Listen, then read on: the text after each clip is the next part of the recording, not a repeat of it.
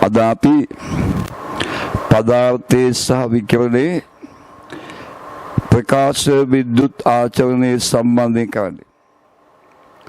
ප්‍රකාශ විද්‍යුත් ආචරණය. අපි කලින් කෘෂ්ණ වස්තුව විකිරණය කළා. මේ පාර විභාගෙට කෘෂ්ණ වස්තුව විකිරණය ඉතාම වැදගත්. ඒ වීඩියෝත් බලන්න. මම ඒකේ පහුගිය විභාග රචනා තවත් වීඩියෝකින් ලබා දෙනවා. බලන්න මේ ප්‍රකාශ විද්‍යුත් ආචරණය කියන සිද්ධිය. ප්‍රකාශ විද්‍යුත් ආචරණය. මේමයි යම් කිසි ලෝහයක පෘෂ්ඨයක් මතට ආලෝකයේ පතිත වුණාම ඉලෙක්ට්‍රෝන විමෝචනය වන බව දැක්කා. සමහර ලෝහවල පෘෂ්ඨ මතට ආලෝකයේ පතිත වුණාම ඉලෙක්ට්‍රෝන විමෝචනය වන බව දැක්කා. මුලින් මේ සංසිද්ධිය දැක්කේ ආලෝකයෙන් සිද්ධ වන බව පෞකාලික හොයාගත්ත ආලෝකයෙන් පමණක් නෙවෙයි පාරජම්බුල කරන ගැමා කරන එක්ස් කරන වලිනුත් මේ දේ වෙනවා කියලා. මුලින් දැක්කේ ආලෝකය වැටුණාම ඉලෙක්ට්‍රෝන පිට වෙනවා කියලා. ඉලෙක්ට්‍රෝන පිටවීමක් ඉලෙක්ට්‍රෝන ගමන් කිරීමක්. ඉලෙක්ට්‍රෝන ගමන් කිරීමක් කියන්නේ ආරෝපණ චලිතයක් නේ. ආරෝපණ චලිතයක්. ආරෝපණ චලිතයක් කියන්නේ ධාරාවක්. එහෙනම් ආලෝකයෙන් ධාරාවක් ඇති වෙනවා දැක්කේ. ආලෝකයෙන් ධාරාවක්. මේ සංසිද්ධිය හඳුන්වනවා ප්‍රකාශ විද්‍යුත් ආචරණය. ආලෝකයෙන් විද්‍යුතය ඇතිවීම. ප්‍රකාශ විද්‍යුත් ආචරණය කියලා. පෞකාලයක හොයාගත්ත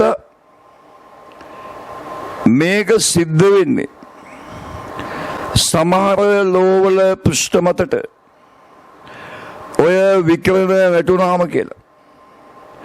සමහර ලෝහ පෘෂ්ඨ මතට සමහර විකිරණ පතනය වුණාම ඒකෙන් ඉලෙක්ට්‍රෝන විමෝචනය වෙන්නේ.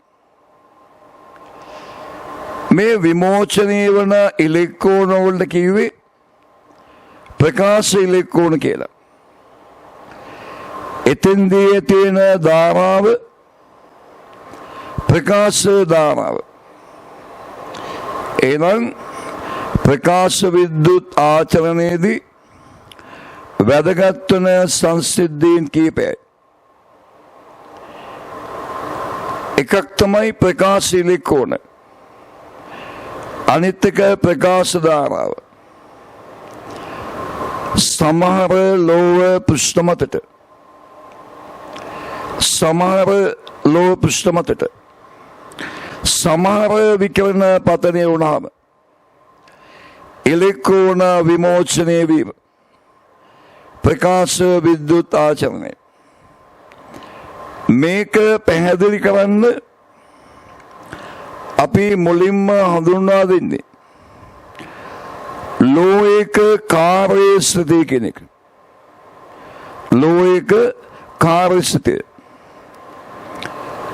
මේක ඉතාම වැදගත්. යම් ලෝහයක පෘෂ්ඨයෙන් ඉලෙක්ට්‍රෝනයක් ගලවන්න අවශ්‍ය වන අවම ශක්තියට කියනවා එම ලෝහයේ කාර්යස්ථිතිය කියලා. ලෝහයක පෘෂ්ඨයේ පවතින පරමාණුකින් ඉලෙක්ට්‍රෝනයක් ගලවන්න අවශ්‍ය වන අවම ශක්තිය අපි හඳුන්වන්නේ එම ලෝහයේ සඳහා කාර්යස්ථිතිය කියලා. දැන් නිකන් හිතන්න යම් ලෝහයක කාර්යස්ථිතිය ජූල් 10යි කියලා. ඒකෙන් අදහස් කරන්නේ ඒ ලෝයේ පෘෂ්ඨයෙන් ඉලෙක්ට්‍රෝනයක් ගලවන්න වැය වෙන අවම ශක්තිය ජූල් 10යි. එහෙනම් සමහර ඉලෙක්ට්‍රෝන ගලවන්න ජූල් 11ක් වේවි. සමහර ඒවා ගලවන්න ජූල් 12ක් වේවි. ඒ අර න්‍යෂ්ටියට බැඳලා තියෙන විදිය අනුව. සමහර ඒවා ගලවන්න ජූල් 15ක් 16ක් ඕන වෙයි.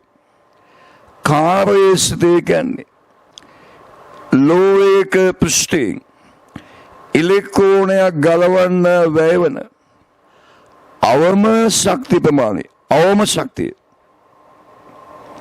සාමාන්‍යයෙන් ශක්තිය මනින්නේ ජූල් වලින්.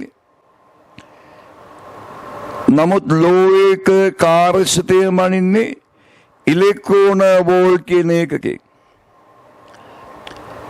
අපි ධර්මනින්නේ මීටර් වලින්නේ. ඒ වුණාන ඉතා කුඩා දුවල් මනින් නැනෝමීටර්. නැත්තම් සෙන්ටිමීටර්.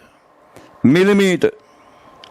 ඒ මිනුමේ ප්‍රමාණය අනුව භාවිතේ පහසු වෙන්න අපි ඒකකේ හදාගන්නවා. ඒ වගේ ලෝයක කාර්යසිතේ මනින්නේ ඉලෙක්ට්‍රෝන වෝල්ට් කියන එකකින්. ඉලෙක්ට්‍රෝන වෝල්ට්. ඔය ඉලෙක්ට්‍රෝන වෝල්ට් එකක් සමාන වෙනවා 1.6 වැඩි කිරීම 10⁻19 ජූල්.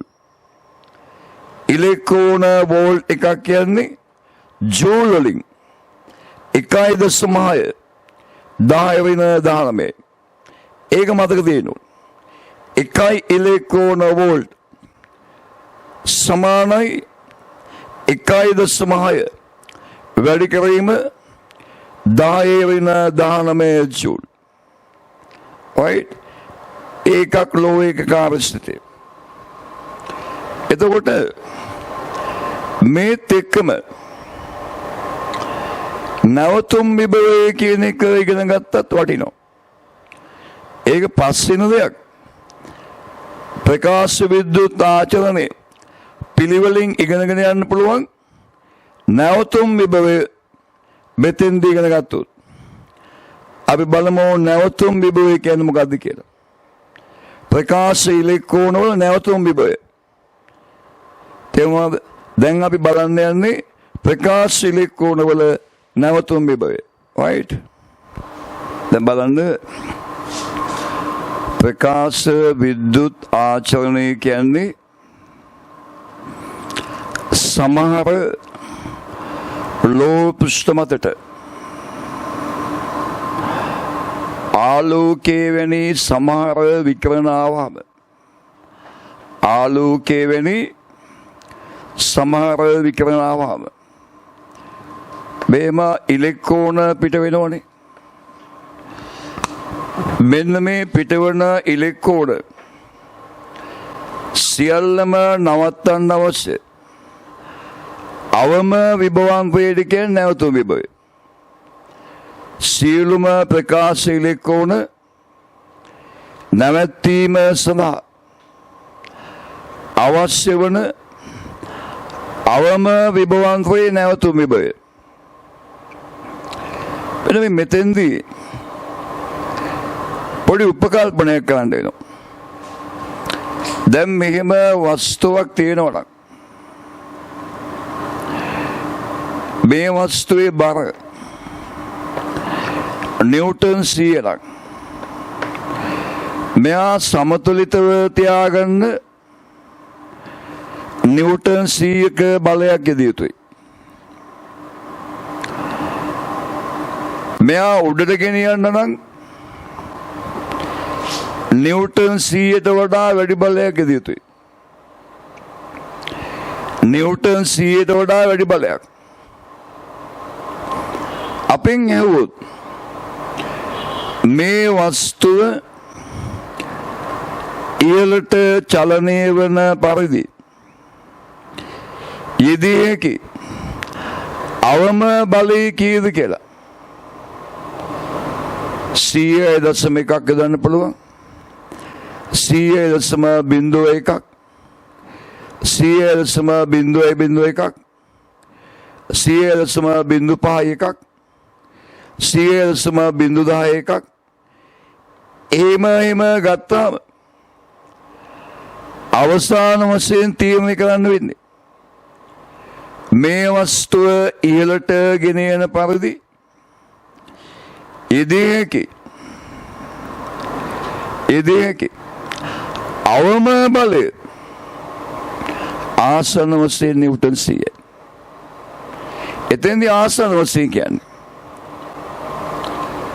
මෙයා පල්ලෙහාට යන පරිදි යොදන්න පුළුවන් උපරිම බලය වුත් නිව්ටන් 99ක් යදුවොත් පල්ලෙහාට යනවා. 99.9ක් යදුවොත් පල්ලෙහාට යනවා. මෙහෙම 9 කොච්චර ටිකක් ගියත් පල්ලෙහාට යනවා. ආපහු කියන්න වෙන්නේ මේ වස්තුව පහළට යන පරිදි යෙදිය හැකි උපරිම බලය ආසන්න වශයෙන් නිව්ටන් 100. පල්ලෙහාට යන්න යොදන්න පුළුවන් බලය උපරිම බලය ආසන්න වශයෙන් නිව්ටන් 100. ඔය සිද්ධිය භාවිතයට ගන්න. ඊළඟ සිද්ධිය තමයි යම් කිසි වස්තුවක් නිශ්චලතාවයෙන් අතහැරියොත් මෙයා එච්චුසක් පල්ලෙහාට යද්දී ලබා ගන්නා වේගයේ වීනම් මෙයා ලබාගෙන තියෙන චාලක ශක්තිය භාගයයි mv වර්ගය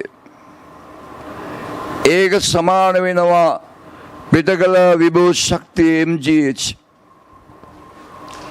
භාගයයි mv වර්ගයේ සමානයි mgh. ඒ වගේම මේ වස්තුව එච්චුසක් ඉහළට යන්න ලබා දිය යුතු චාලක ශක්තිය වුත් එච්චුසක් ඉහළට යන්න අපි විභව ශක්තිය mgh ප්‍රමාණයකින් වැඩි කළ යුතුයිනේ. ඒ සමා ලබා දෙන චාලක ශක්තිය භාගයේ mv වර්ගයන භාගයේ mv වර්ගයේ සමානයි mgh එච්චුසක් ඉහළට යන්න. දැන් අපෙන් ඇහුවොත් මෙයා එච්චුසක් ඉහළට යද්දී මෙයාගේ විභව ශක්තිය ජූල් 100කින් වැඩි වෙනවා. එහෙනම් මෙයා ඉහළට යන පරිදි ලබා දිය යුතු චාලක ශක්තිය කියලා ලබා දිය යුතු චාලක ශක්තිය ජූල් 100. මෙයා මෙතෙන් නොවන පරිදි ලබා දිය යුතු චාලක ශක්තිය කීයද කියලා හෙව්වොත් ඒ චාලක ශක්තිය කුඩයි 100ට වඩා 100ට වඩා අඩු චාලක ශක්තියක් දුන්නාම මෙතෙන්න යන්නේ. මෙතෙන්න නොවන පරිදි දෙන්න පුළුවන් උපරිම චාලක ශක්තිය කීයද කියලා හෙව්වොත් මෙතෙන්න නොවන පරිදි දෙන්න පුළුවන් උපරිම චාලක ශක්තිය අපට ගන්න වෙන්නේ ආසන වශයෙන් 100යි. මේ සිද්ධිය 100ට වඩා ටිකක් අඩු විය යුතුයි. ඒත් අපට ගන්න වෙන්නේ 100යි. නොවන පරිදි ලබා දිය හැකි උපරිම චාලක ශක්තිය ආසන වශයෙන් 100යි. දැන් බලන්න සමාන්තර තහඩු දෙකකට විභවාන්තරයක් ලබා දෙන්න. විභවාන්තරයක් මේ තහඩුව ධන වශයෙන් ආරෝපණය වෙනවා කියලා හිතන්න. මේ තහඩුව ඍණ වශයෙන් ආරෝපණය වෙනවා. දැන් මේ විභවාන්තය යටතේ කිව් ආරෝපණයක් චලනය වෙනවා නම් කළ යුතු කාර්ය W සමානයි කිව්වේ. W සමානයි කිව්වේ. අපි දන්නවා විභවාන්තයක් මගින් ඉලෙක්ට්‍රෝන මත බලය ඇති වෙන්නේ විභවාන්තයේ තියෙන දිශාව තියෙන්නේ ඊට විරුද්ධ දිශාවට. ඒ නිසා මෙතන ඉලෙක්ට්‍රෝනයක් තියලා මෙයා ප්‍රක්ෂේපණය කරනවා නම්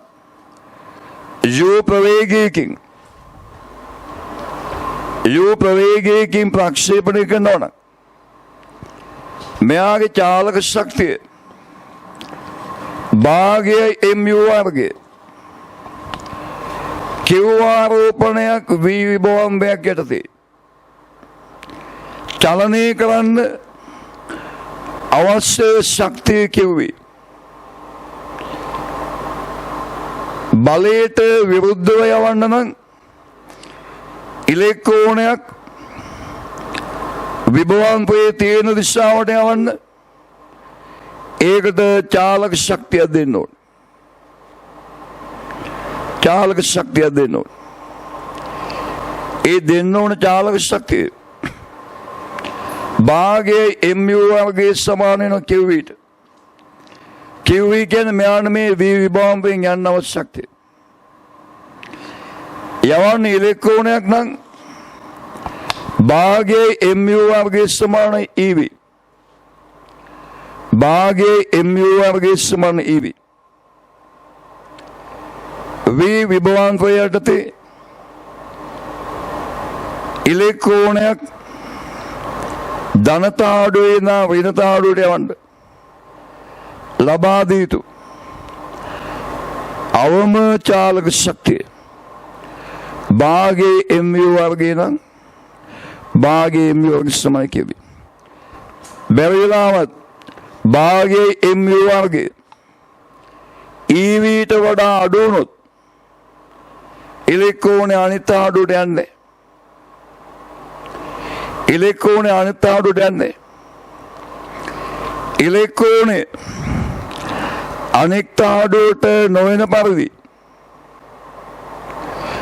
අනෙක් ආඩුවට නොවන පරිදි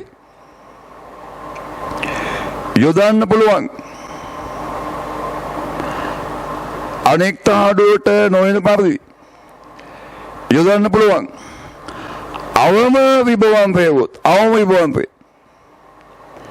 එතෙන් ගන්න වෙන්නේ භාගයේ mu වර්ග සමාන ev කියලා. ආසන වශයෙන් මෙන්න මේ සිද්ධිය භාවිතා කරන්න.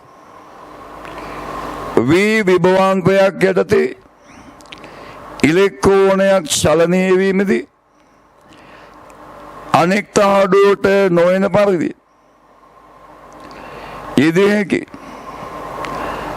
අවම විභවාන්තයේ වීන භාගයේ mu වර්ගයේ සමාන ev. දැන් මේ ප්‍රකාශ විද්‍යුත් ආචරණයේදී ඉලෙක්ට්‍රෝන විමෝචනය වෙනවනේ. ඒගොල්ලන් එක එක චාලක ශක්ති තියෙන. එක එක චාලක ශක්තිය.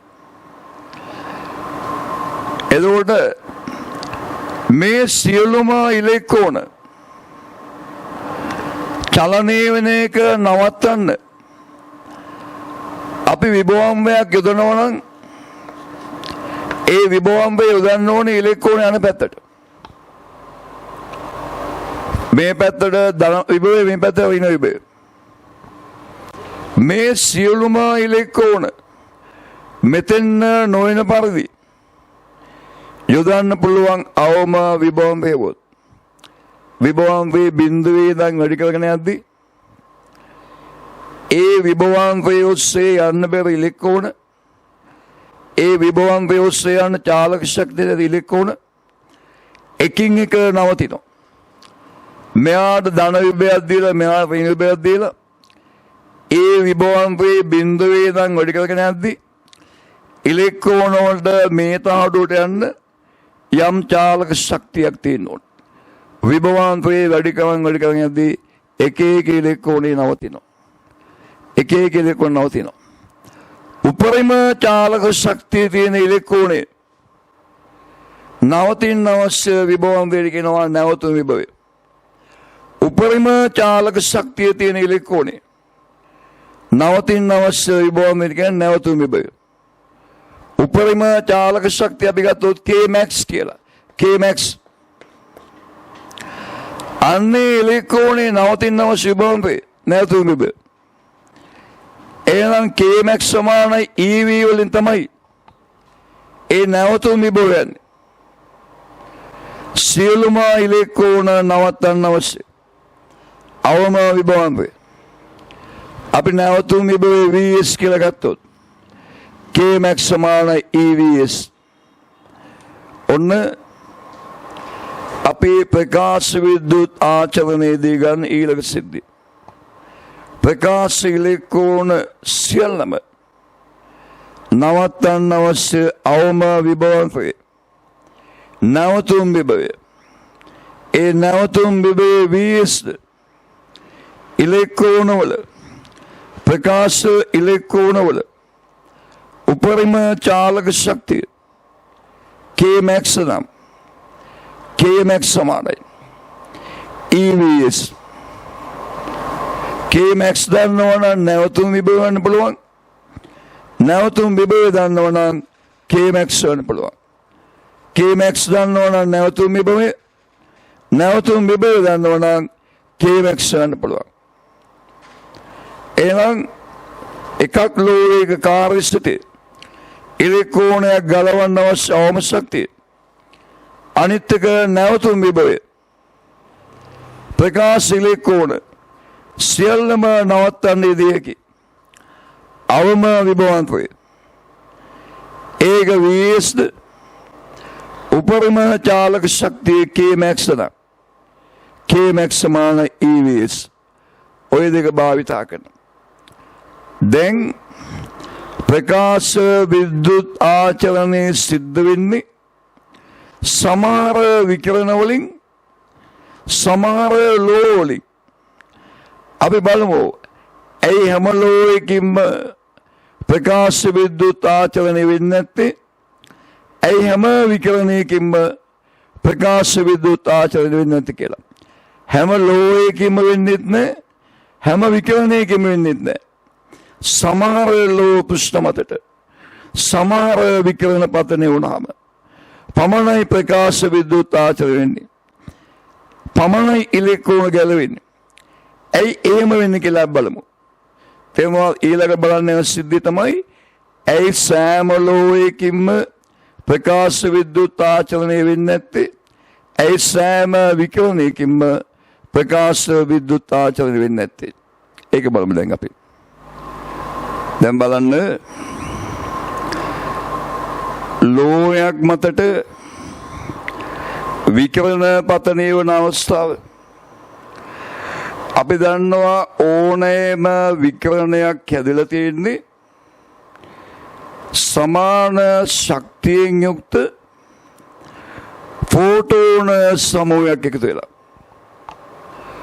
ඕනෑම විකිරණයක් හැදලා තියෙන්නේ සමාන ශක්තිය තියෙන ෆෝටෝන සමූහයක් එකතු වෙලා. එකම ශක්තිය තියෙන ෆෝටෝන සංඛ්‍යාතේ F වන විකිරණයක ෆෝටෝනයක ශක්තිය E නම් E සමාන වෙනවා HF ට. E සමාන HF සංඛ්‍යාතේ F වන විකිරණයක. දැන් හිතන්න මේ වගේ ලෝහයක් තියෙනවා. මේ ලෝහේ කාර්ය ස්ථිතේ ෆයි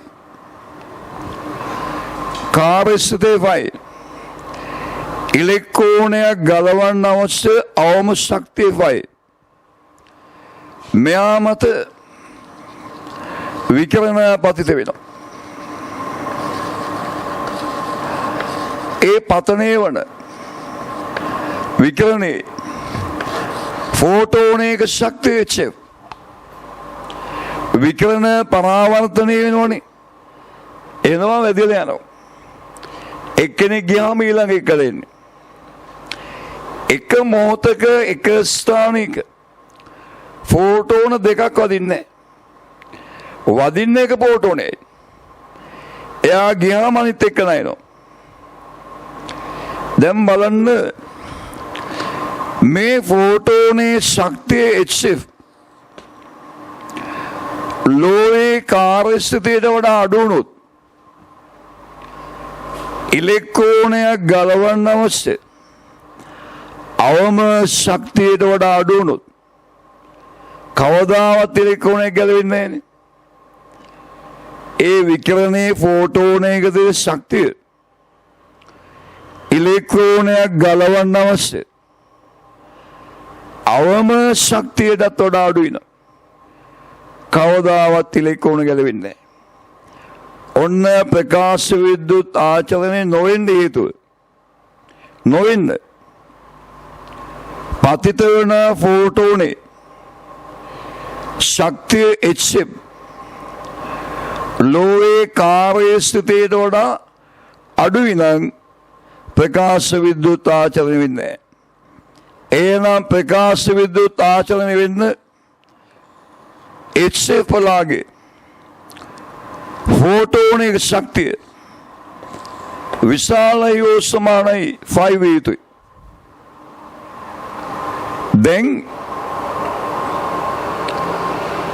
HF විශාලයි 5 අවස්ථාව විතර ෆෝටෝනික ශක්තිය ඉලෙක්ට්‍රෝනයක් ගැලවෙන්න ඕනේ අවම ශක්තියට වඩා වැඩි. ඒ වගේ ෆෝටෝනයක් හරියටම ඉලෙක්ට්‍රෝනයක වැදුනොත් ඉලෙක්ට්‍රෝනය ගැලවෙනවා. හරියටම ඉලෙක්ට්‍රෝනය වැදුනොත් ගැලවෙනවා. ගැලවෙන්න වැය වෙන අවම ශක්තිය තමයි ෆයි කියන්නේ. වදින ෆෝටෝනයේ ශක්තිය HF ගැලවෙන්න වැය වෙන අවම ශක්තිය ෆයි. සමහර ඉලෙක්ට්‍රෝන ගැලවෙන්න ෆයි වලට වඩා වැඩි ශක්තියක් එනවා. කාර්යස්ථිතිය කියන්නේ වැය වෙන අවම ශක්තිය. සමහර ඉලෙක්ට්‍රෝන ගැලවෙන්න ෆයි වලට වඩා වැඩි ශක්තියක් වෙනවා.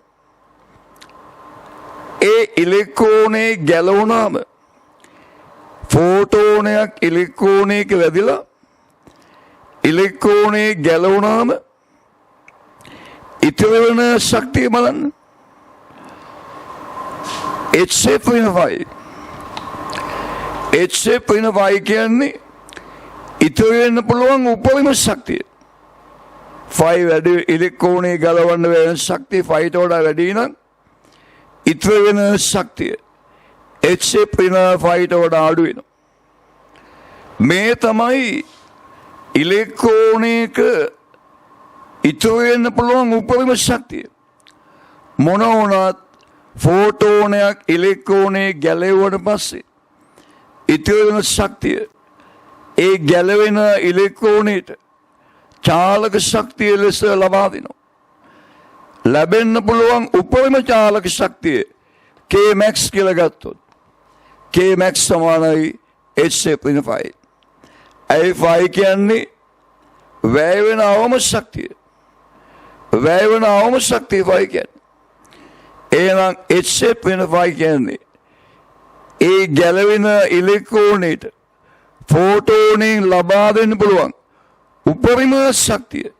ඒක චාලක ශක්තියට ලබාගෙන පිට වෙලා යනවා. ඒක ඉලෙක්ට්‍රෝන පිට වෙන්නේ. ෆෝටෝනේ වදිනවා ඉලෙක්ට්‍රෝනේ ගැලවෙනවා.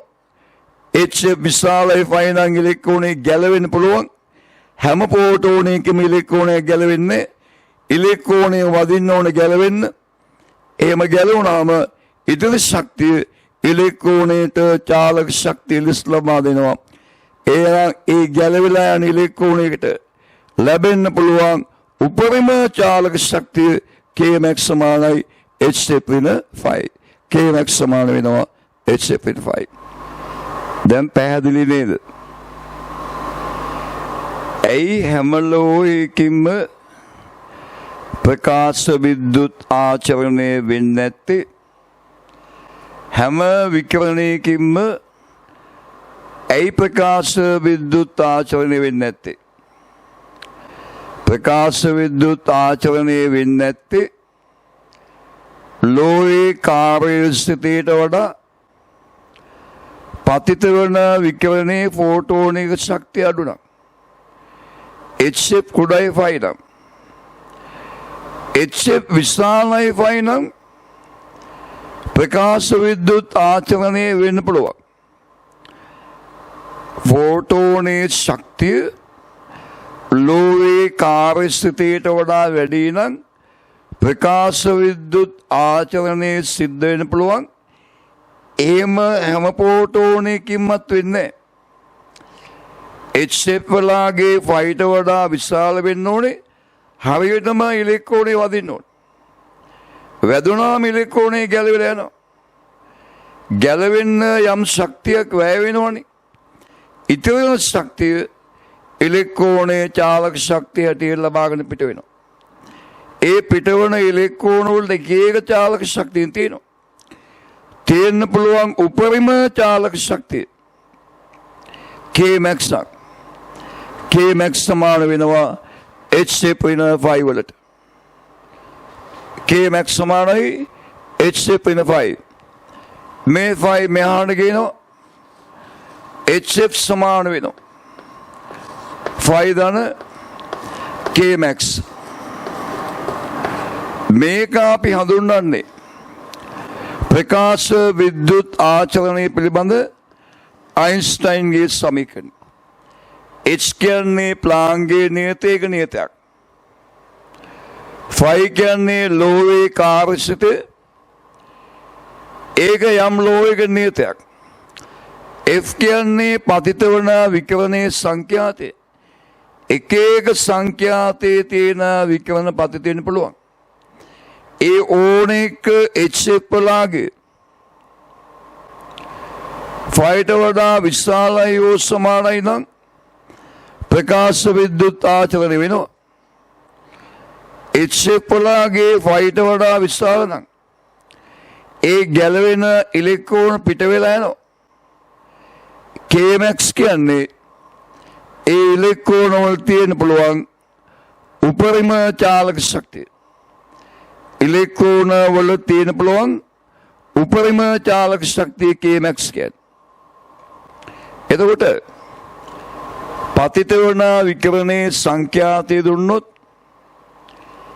ඒකෙන් ප්‍රකාශ විද්‍යුත් ආචරණය වෙනවනම් Kmax වලගේ වන්න පුළුවන් Hf සමානයි 5 ධන Kmax සමාවිතයි.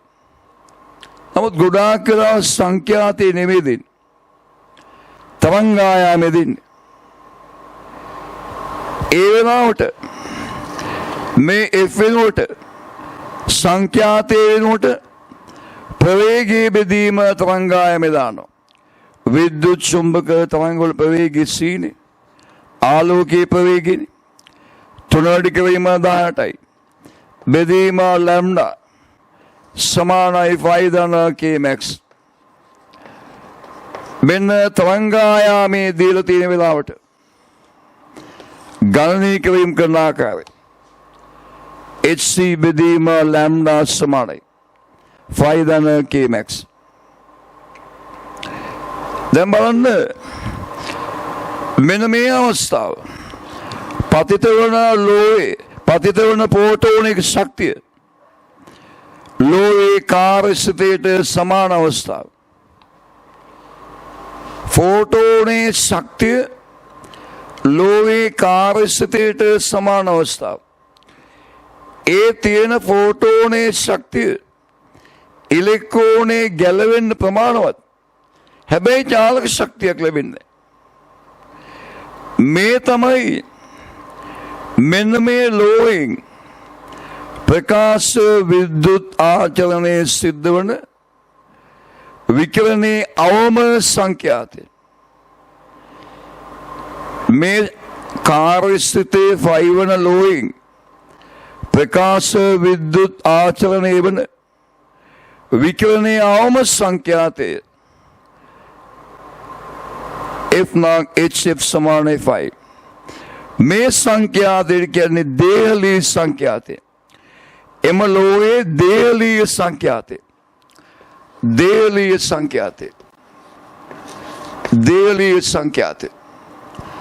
ප්‍රකාශ විද්‍යුත් ආචරණයේ සිද්ධ වෙන විකිරණයේ අවම සංඛ්‍යාතය. ඒක F බිඳුව කියලා ගන්න. F බිඳුව වන්නේ HF බිඳුව සමානයි 5 භාවිතයෙන්. දේහලී සංඛ්‍යාතය වෙන HF බිඳුව සමානයි 5 භාවිතයෙන්. මෙන්න මේ විකිරණයේ තරංගායමයට කියනවා දේහලී තරංගායම කියලා. සංඛ්‍යාතයේ තරංගායමයි ප්‍රතිලෝමව සමානුපාතිකයි. එනම් ප්‍රකාශ විද්‍යුත් ආචරණයේ සිද්ධ වන අවම සංඛ්‍යාතයේ F බිඳුව නම් ඒ වෙලාවේ තරංගායාමය අපි හඳුන්වන්නේ දේහලී තරංගායාමය. දේහලී තරංගායාමය කියන්නේ ප්‍රකාශ විද්‍යුත් ආචරණයේ සිදුවේකි උපරිම තරංගායාමය. ලැම්ඩා වලගේ ඊට වඩා වැඩි වුණොත් ප්‍රකාශ විද්‍යුත් ආචරණය වෙන්නේ නැහැ. උපරිම තරංගායාමය. ඒක ලැම්ඩා බිඳුව කියලා ගත්තොත් H F බිඳුවට දානවා C බෙදීම ලැම්ඩා බිඳුව සමානයි 5. ලැම්ඩා බිඳුව දේහලී තරංගායාමය. එනම් ප්‍රකාශ විද්‍යුත් ආචරණය වෙන්න සංඛ්‍යාතයෙන් කියනවා නම් පතිත වන විකිරණයේ සංඛ්‍යාතය එක්කෝ දේහලී සංඛ්‍යාතය වෙන්න ඕනේ නැත්නම් ඊට වඩා වැඩි වෙන්න ඕනේ. තරංගායාමයෙන් බලනවා නම් එක්කෝ දේහලී තරංගායාම වෙන්න ඕනේ නැත්නම් ඊට වඩා අඩු වෙන්න ඕනේ. දැන් බලන්න පතිත වන විකිරණයේ සංඛ්‍යාතයේ වැඩි වෙන්න Kmax වලගේ වැඩි වෙනවා. අපි දැනගන්න ඕනේ ඊළඟ දේ තමයි සංඛ්‍යාතයේ Kmax විචලන ආකාරය. ප්‍රකාශ විද්‍යුත් ආචරණයේදී සංඛ්‍යාතයේ සමග Kmax විචලනය වන ආකාරය දැනගන්න ඕනේ. ඒක මෙන්න මේ සමීකරණය බලන්නේ. මේ සමීකරණය හොයාගන්න එක. බලන්නේ සංඛ්‍යාතයේ Kmax විචලනය. ඒක බලමු. ඒ අවස්ථාව බලමු දැන්. සංඛ්‍යාතයේ සහ Kmax විචලනය. දැන් බලන්න ප්‍රකාශ විද්‍යුත් ආචරණය පිළිබඳ අයින්ස්ටයින් සමීකරණය. HF සමානයි 5 ධන Kmax. 5 කියන්නේ ලෝහයේ කාර්යසිතය. F කියන්නේ පතිත වන විකිරණයේ සංඛ්‍යාතය. Kmax ප්‍රකාශ ඉලෙක්ට්‍රෝනවල උපරිම චාලක ශක්තිය. මේ 5 මෙහාට ගේනවා. ගෙනාවම Kmax සමාන වෙනවා HF ඍණ 5 වලට. Kmax සමානයි HF ඍණ 5. H කියන්නේ ප්ලාන්ක්ගේ නියතය. ඒක නියතයක්. 5 කියන්නේ ලෝහයේ කාර්යසිතය. යම් ලෝහයක් සඳහා නියතයක්. F කියන්නේ පතිත වන විකිරණයේ සංඛ්‍යාතය අපට ඕන විදිහට වෙනස් කරන්න පුළුවන්. Kmax කියන්නේ ප්‍රකාශ ඉලෙක්ට්‍රෝන වල චාලක ශක්තිය. විකිරණයේ සංඛ්‍යාතය වෙනස් වුණාම චාලක ශක්තිය වෙනස් වෙනවා. එයින් මේ සමීකරණය y සමානයි mx ධන c ආකාරය. c අන්තක්ඛණ්ඩයේ විනාගයක්. එහෙමනම් ප්‍රස්ථාරයක් ඇඳුත් Kmax Kmax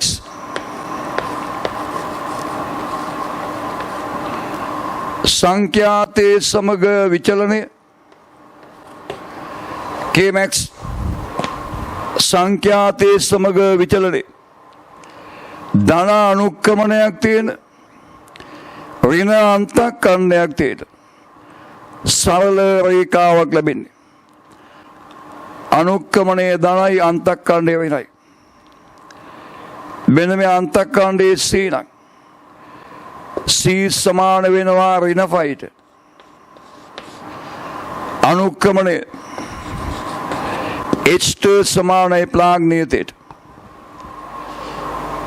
H සමානයි මෙන්න මේ සංඛ්‍යාතය ගැන හිතන්න Kmax වලගේ බිඳුව වන සංඛ්‍යාතය නැත්තම් ප්‍රකාශ විද්‍යුත් ආචරණය වන අවම සංඛ්‍යාතය මේක මේ දේලී සංඛ්‍යාතය මේ ප්‍රස්ථාරයේ ගුණ ගැන දැනගන්න ඕන සංඛ්‍යාතයේ සමග Kmax විචලනය සංඛ්‍යාතයේ සමග Kmax විචලනය අනුක්‍රමණයේ ප්ලාංගිනීතයේ සමානයි අන්තක්ඛණ්ඩයේ ඍණ සමානයි X අක්ෂයේ ඡේදනය වන ස්ථානයේ සංඛ්‍යාතය දේලී සංඛ්‍යාතයේ සමානයි ඊළඟට දැනගන්න ඕනේ ලෝ කීපයක් භාවිතා කරනවා ලෝ වර්ග කීපයක් කරන් වෙන වෙනම මේ පරීක්ෂණය කරනවා යම් ලෝයක් ගන්නවා එක එක විකරණ වලින් සලස්වනවා සංඛ්‍යාතයේ Kmax වල ප්‍රස්තාව කරනවා තව ලෝයක් ගන්නවා විකරණ පද්ධතියෙන් සලස්වනවා සංඛ්‍යාතයේ වෙනස් කර Kmax වෙනවා ඕම ලෝයන් ගණනාවකට මේ ප්‍රස්තාවයන් දුන්න එන්න පුළුවන් විදිය බලන්න ලෝයන් ගණනාවකට ප්‍රස්තාවයන් දුන්න එන්න පුළුවන් විදිය අනුක්‍රමණය වෙනස් වෙන්නේ අනුක්‍රමණය වෙනස් වෙන්නේ නේ අන්තක්ඛණ්ඩය විතර වෙනස් වෙන්නේ එහෙනම් ලෝ කීපයක් ගත්තොත් එකම අනුක්‍රමණයේ තියෙන වෙනස් අන්තක්ඛණ්ඩයන් තියෙන සරල රේඛාවන් කීපයක් ලැබෙන මේ පළවෙනි ලෝවේට මේ දෙවෙනි ලෝවේට මේ තුන්වෙනි ලෝවේට මෙයාට වඩා මෙයාගේ අන්තක්ඛණ්ඩය වැඩි ඊට වඩා මෙයාගේ වැඩි එහෙනම් මෙයාට වඩා මෙයාගේ කාර්යසිත වැඩි ඊට වඩා මෙයාගේ කාර්යසිත වැඩි ඔය යන්නේ සංඛ්‍යාතයේ සම Kmax දැන් සංඛ්‍යාතයත් එක්ක නැවතුම් විභව සලකන්න පුළුවන් සංඛ්‍යාතයේ සමග නැවතුම් විභව ඒ සංඛ්‍යාතයේ සමග නැවතුම් විභව සලකද්දී මෙන්න මේ Kmax දානවා EVS ඒ නැවතුම් විභව VS නම් Kmax සමානයි EVS EVS සමානයි HF ඍණ ෆයි E වලින් බෙදනවා VS සමානයි H බෙදීම E වරක් F ඍණ ෆයි බෙදීම E H බෙදීම E වරක් F ඍණ ෆයි බෙදීම E එතකොට බලන්න අපි සංඛ්‍යාතයේ සමග VS ප්‍රස්තාවයක් ඇඳුවොත් අනුක්‍රමණයේ ධනාගයක් අන්තක්ඛණ්ඩයේ ඍණාගයක් සංඛ්‍යාතයේ සමග VS ප්‍රස්තාවය දෙන්නේ මේකත් y සමානයි mx ධන c ආකාරයේ ඍණ අන්තක්ඛණ්ඩයක් තියෙන ධන අනුක්‍රමණයක් තියෙන සරල රේඛාවක් ඉන්නේ අදින්නේ VS අන්තක්ඛණ්ඩයේ ඍණ වෙන අනුක්‍රමණයේ ධන වන සරල රේඛාවක් සංඛ්‍යාතයේ වැඩි වෙන්න නැවතුම් විභව වැඩි වෙනවා පතිත වන විකරණයේ සංඛ්‍යාතයේ වැඩි වෙන්න නැවතුම් විභව වැඩි වෙනවා සංඛ්‍යාතයේ වැඩි වෙද්දී Kmax වැඩි වෙනවා සංඛ්‍යාතය වැඩි වෙද්දී නැවතුම් මිල වැඩි වෙනවා. මේ ප්‍රකාශ විද්‍යුත් ආචරණයේ වැදගත්ම අවස්ථාව තමයි ප්‍රකාශ විද්‍යුත් ආචරණය පිළිබඳ හර්ට්ස්ගේ පරීක්ෂණය. අපි බලමු ප්‍රකාශ විද්‍යුත් ආචරණයේ හර්ට්ස්ගේ පරීක්ෂණය. හර්ට්ස් පරීක්ෂණය බලමු. මේ තියෙන්නේ ප්‍රකාශ විද්‍යුත් ආචරණය පිළිබඳ හර්ට්ස්ගේ පරීක්ෂණයේදී භාවිතා කරන උපකරණ කටලේ මේක එක එක විදිහට තියෙනවා. හැබැයි තියෙන උපාංග ටික මේක. පරිපතේ එක එක විදිහට අඳින්න පුළුවන්. තියෙන උපාංග වෙනසක් වෙන්න බෑ. මේ වගේ වීදුරු නලයක රික්තයක් පවත්වා ගන්නවා. රික්තයක්. රේචනය කළ වීදුරු නලයක් කියනවා. රේචනය. රික්තයක් පවත්වාගෙන තියෙන. ඒකේ ඉලෙක්ට්‍රෝඩ දෙකක් සවි කරලා තියෙනවා. මෙතන එක ඉලෙක්ට්‍රෝඩයක්, මෙතන එක ඉලෙක්ට්‍රෝඩයක්.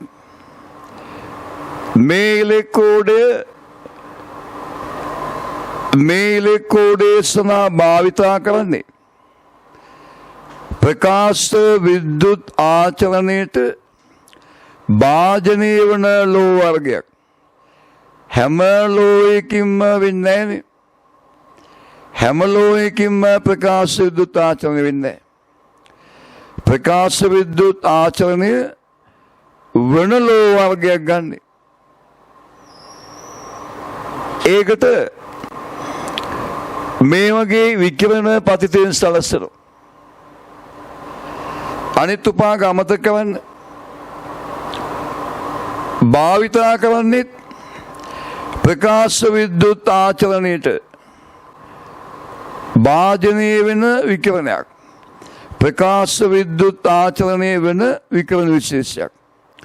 විද්‍යුත් චුම්බක වර්ණාවලී ඉහළින් තියෙන විකිරණයක් ගන්න. එතකොට මේ විකිරණය ඇවිල්ලා මේ ලෝවේ වැදුනාම ප්‍රකාශ විද්‍යුත් ආචරණය වෙනවා. ඉලෙක්ට්‍රෝන ගිහිල්ලා මේ තාහඩුවේ වදිනවා. තාහඩුවේ වැදුණා. දැන් මේ ඉලෙක්ට්‍රෝන මෙතන කෝෂ පද්ධතියක්. කෝෂ පද්ධතියකට ප්‍රතිරෝධයක් සම්බන්ධ කරලා තියෙනවා. මෙතන ඉඳන් මේ ඉලෙක්ට්‍රෝඩේ කෝෂ පද්ධතියේ ඍණාග්‍රයට මෙයා කෙලින්ම ධනාග්‍රයට සම්බන්ධ කරන්නේ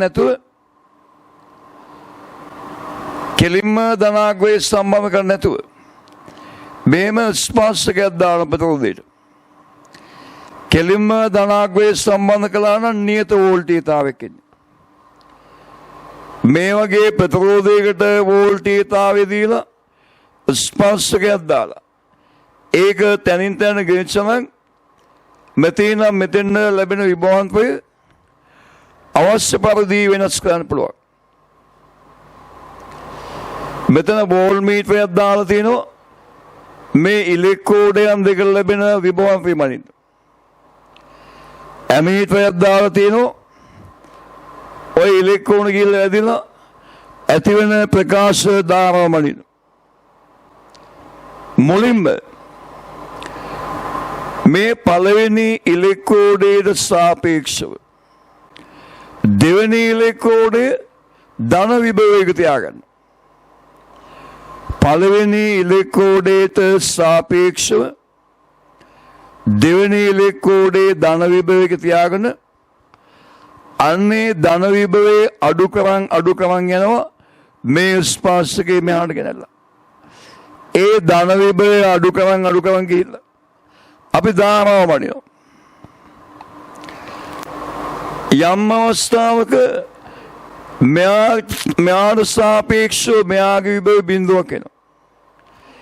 ඊට පස්සේ මෙයා ධන විභවයක තියාගෙන මෙයා ඍණ විභවයක තියාගෙන මෙයාට සාපේක්ෂව මෙයාගේ ඍණ විභවය වැඩි කරනවා.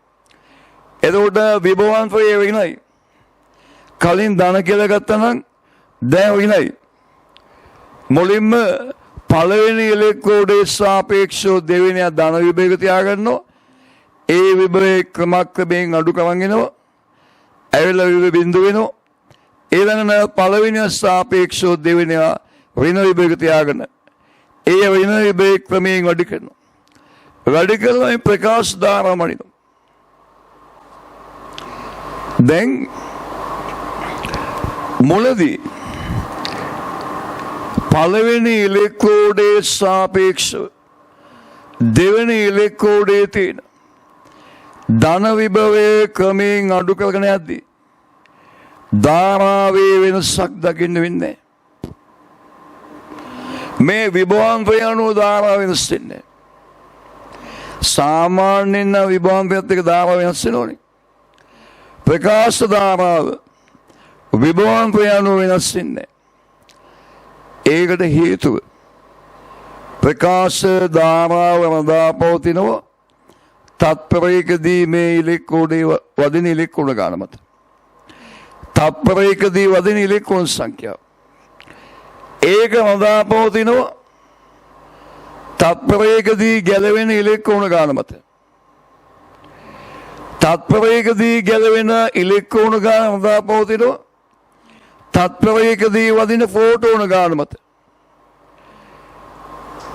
තත්පරයකදී වදින ෆෝටෝන ගානේ විකිරණයේ තීව්‍රතාවය මත. තත්පරයකදී වදින ෆෝටෝන ගාන කියන්නේ විකිරණයේ තීව්‍රතාවය මත. තීව්‍රතාවයේ වෙනස් කළොත් විතරයි තත්පරයකදී වදින ෆෝටෝන ගාන වෙනස් වෙන්නේ. එතකොට විතරයි තත්පරයකදී ගැලවෙන ඉලෙක්කෝණ ගාන වෙනස් වෙන්නේ. එතකොට විතරයි තත්පරයකදී වදින ඉලෙක්කෝණ ගාන වෙනස් වෙන්නේ. ඒ නිසා ධාරා වෙනස් වුණොත් ඒ ධාරා වෙනස් වෙන්න නම් පතිත වන විකිරණයේ තීව්‍රතාව වෙනස් කරනවා. ඒකයි මේ විභවාන්තයේ වෙනස් කළාට ධාරා වෙනස් වෙන්නේ නැත්තේ. හැබැයි විභවාන්තයේ බිඳුවට ආසන්න වෙද්දී ධාරාව අඩු වෙනවා. ඒ විභවාන්තයේ ප්‍රතිඵලයක් නෙවෙයි. විභවාන්තයෙන් ඇති වෙන වෙනත් ප්‍රතිඵලයක්. දැන් මේ ප්‍රකාශ ඉලෙක්කෝණ මෙහෙම පළවෙනි ඉලෙක්කෝඩේ ඉඳන් දෙවෙනි ඉලෙක්කෝඩේට යනවනේ. මේවා සජාතීයනේ. මේවා විකාශනය වෙන බලනවා. ඒ විකාශනය නවත්තන්නේ මේ පැත්තට තියෙන විභවාන්තය. විභවාන්තය තියෙන මෙහාටනේ. විභවාන්තයෙන් ඉලෙක්කෝණ මත බලය අනිත් පැත්තට. ඒ විභවාන්තයෙන් උදන බලය මගින් ඉලෙක්කෝණ විකාශනය වීම වීදිලා යන එක නවත්තනවා. හැබැයි මේ විභවාන්තය අඩුවේගෙන යද්දී ඒ විභවාන්තයෙන් ඇති වෙන බලය අඩු වෙනවා.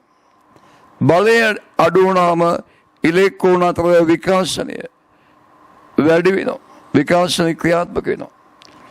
ඒ නිසා මෙයාගේ වදින ඉලෙක්කෝණ ගාන අඩු වෙනවා පිටින් යන්නේ. ගැලවෙන ඉලෙක්කෝණ ගාන වෙනස් වෙලා නෙවෙයි. මෙයාගේ වදින ඉලෙක්කෝණ ගාන එන්නේ අඩු වෙනවා. විභවය අඩු කරන් යද්දී. ඒ නිසා ධාරාව අඩු වෙනවා. ඊළඟට පළවෙනි ඉලෙක්කෝඩේ සාපේක්ෂව දෙවෙනි ඉලෙක්කෝඩේ ඍණ විභේග තියාගන්නවා. එතකොටත් ධාරාව අඩු වෙනවා. ඒක වෙනම සිද්ධියක් තියෙනවා. ඒ ධාරාව අඩු වෙන වෙනම සිද්ධියකින්. ඒකට විභවාන්තය බලපානවා. දැන් මේමනේ මෙයා ධන විභේග තිබ්බේ මෙයා ඍණ විභේග. දැන් මෙයා ධන විභේග තියාගන්නවා මෙයා ඍණ විභේග. මේ පැත්තට විභවාන්තය. ඉලෙක්කෝණ යන පැත්තට විභවාන්තය ලබා දීලා. ඒ විභවාන්තය බිඳුවේ ඉඳන් වැඩි කරන් යනවා. මම මුලින්ම නැවතුම් විභවය ගැන කිව්වේ. එතෙන්දි කතා කළේ. විභවාන්තයක් ඉලෙක්කෝණ යන පැත්තට තිබ්බාම ඒ ඉලෙක්කෝණ වලට යන්න යම් චාලක ශක්තියක් තියෙනවා. ඒ චාලක ශක්තිය නැති ඉලෙක්කෝණ නවතිනවා. ඒ නිසා මේ ඉලෙක්ට්‍රෝන යන පැත්තට යොදන විභවාංකය ක්‍රමක්‍රමයෙන් වැඩි කරගෙන යද්දී ඉලෙක්ට්‍රෝන එකින් එක නවතිනවා. ඒන දාම අඩු වෙගෙන යනවා. යම් විභවයකදී ඉලෙක්ට්‍රෝන සියල්ලම නවතිනවා. අන්නේ ඉලෙක්ට්‍රෝන සියල්ලම නවතින ඉබේ අපි ගත්තේ නැවතුම් විභවය කියලා.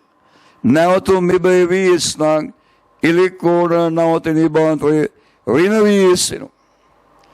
ඒලා මේ ප්‍රස්තාවයේ විභවාංකයේ ඡේදනය තැන තියෙන නැවතුම් විභවය ඍණ වීස් තියෙන්නේ.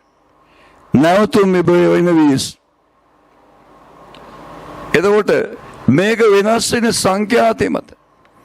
සංඛ්‍යාතේ වැඩි වුණොත් නැවතුම් විභවය වැඩි වෙනවා. සංඛ්‍යාතේ අඩු වුණොත් නැවතුම් විභවය අඩු වෙනවා. දැන් බලන්න මේ පතිත වන විකිරණේ තීව්‍රතාවය වැඩි කළොත් සංඛ්‍යාතේ වෙනස් නොකර පතිත වන විකිරණේ තීව්‍රතාවය වැඩි කළොත් තත්පරයකදී වදින ෆෝටෝන ගාන වැඩි වෙනවා. එතකොට තත්පරයකදී ගැලවෙන ඉලෙක්ට්‍රෝන ගාන වැඩි වෙනවා. ඒ නිසා ගමන් කරන ඉලෙක්ට්‍රෝන ගාන වැඩි වෙනවා. ප්‍රකාශ දාම වැඩි වෙනවා. විකිරණයේ තීව්‍රතාවය වැඩි කළාම දාම වැඩි වෙනවා. දාම වැඩි වෙනවා. හැබැයි මේ විදිහටම දාම අඩු වෙන ගිහිල්ලා දාම බිඳුවක් එනවා. දාම බිඳුව වෙන්නේ නැවතුම් මෙබෙවිදී අපි විකිරණයේ සංඛ්‍යාතය වෙනස් කළේ නැහැ. ඒ නිසා නැවතුම් විභවයකයි තීව්‍රතාවය වැඩි කළොත් දාම වැඩි වෙන්නේ. මේ විකිරණයේ තීව්‍රතාවය වැඩි කරන්න දාම වැඩි වෙනවා. නැවතුම් විභවය වෙනස් වෙන්නේ නැහැ. එකම සංඛ්‍යාතයේ තියෙන වෙනස් තීව්‍රතාවයන්ගෙන් පරීක්ෂණය කළාම මේම ප්‍රස්තාව වෙනස් වෙනවා. තීව්‍රතාවයේ වැඩි වෙන්න ප්‍රකාශ දාම වැඩි වෙනවා. දැන් මේකේ අනිත් පැත්ත බලනවා. එකම තීව්‍රතාවයේ තියෙන වෙනස් සංඛ්‍යාත තියෙන විකිරණ භාවිතා කළොත් එකම තීව්‍රතාවයේ තියෙන වෙනස් සංඛ්‍යාත සහිත විකිරණ භාවිතා කරනවා. එකම සංඛ්‍යාත වෙනස් තීව්‍රතාවයන්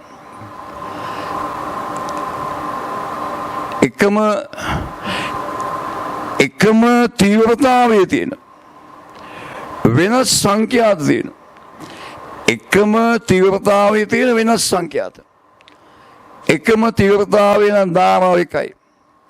වෙනස් සංඛ්‍යාත නම් නැවතුම් විභව වෙනස්. නැවතුම් විභව වෙනස්. මෙයා පළවෙනිය, මෙයා දෙවෙනිය, මෙයා තුන්වෙනිය නම් පළවෙනියගේ නැවතුම් විභවයට වඩා දෙවෙනියගේ වැඩි. දෙවෙනියට වඩා තුන්වෙනියගේ වැඩි.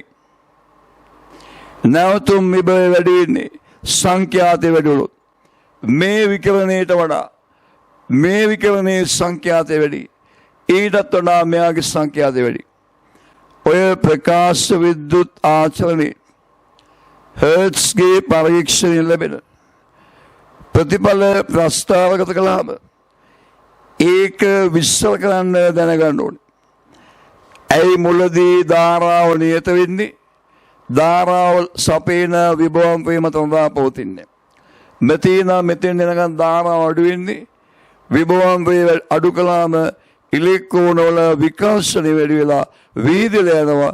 ඒ නිසා ඉලෙක්ට්‍රෝනයේ වදින ඉලෙක්ට්‍රෝන ගන්න අඩු වෙනවා. මෙතනින් පස්සේ ධාරාව අඩු වෙන්නේ. දැන් විභවාංකය යොදන්නේ ඉලෙක්ට්‍රෝන යන දිශාවට. ඒ පැත්තට විභවාංකය කෙදුවාම ඉලෙක්ට්‍රෝන වලට යන චාලක ශක්තියක් තියෙන්න ඕනේ. ඒ විභවාංකය වැඩි කරන් ගියාම ඉලෙක්ට්‍රෝන එකකින් එක නවතිනවා. සියල්ලම නවතින විභවාංකය නැවතුම් විභවය. නැවතුම් විභවයේ සංඛ්‍යාතය මත පවතින්නේ. ධාරාව පවතින්නේ තීව්‍රතාවය මත. ප්‍රකාශ විද්‍යුත් ආචරණේ හැම ගානක්ම හදන්න මේ සියලුම දේවල් අවශ්‍ය වෙනවා. ප්‍රකාශ විද්‍යුත් ආචරණේ හැම ගානක් බලන්න මේ සියලුම දේවල් අවශ්‍ය වෙනවා. අපි පදාර්ථයේ සහ විකිරණයේ ඊළඟ කොටස වෙනත් වීඩියෝකින් ඉදිරිපත් කරනවා. මේ සිද්ධාන්ත බලන්න අඩු ගානේ බහුවර්ණයක්වත් තියෙනමයි. මේ අද ඉගෙන ගත්ත දේවල් වලින් අඩුම ගානේ බහුවර්ණයක් තියෙනවා. වචනා ප්‍රශ්න එනවා අඩුම ගානේ බහුවර්ණයක් තියෙනවා. ඔය අපි ඊළඟ වීඩියෝවෙන් විකරණශීලීතාවය ඉගෙන ගමු. විකරණශීලීතාවය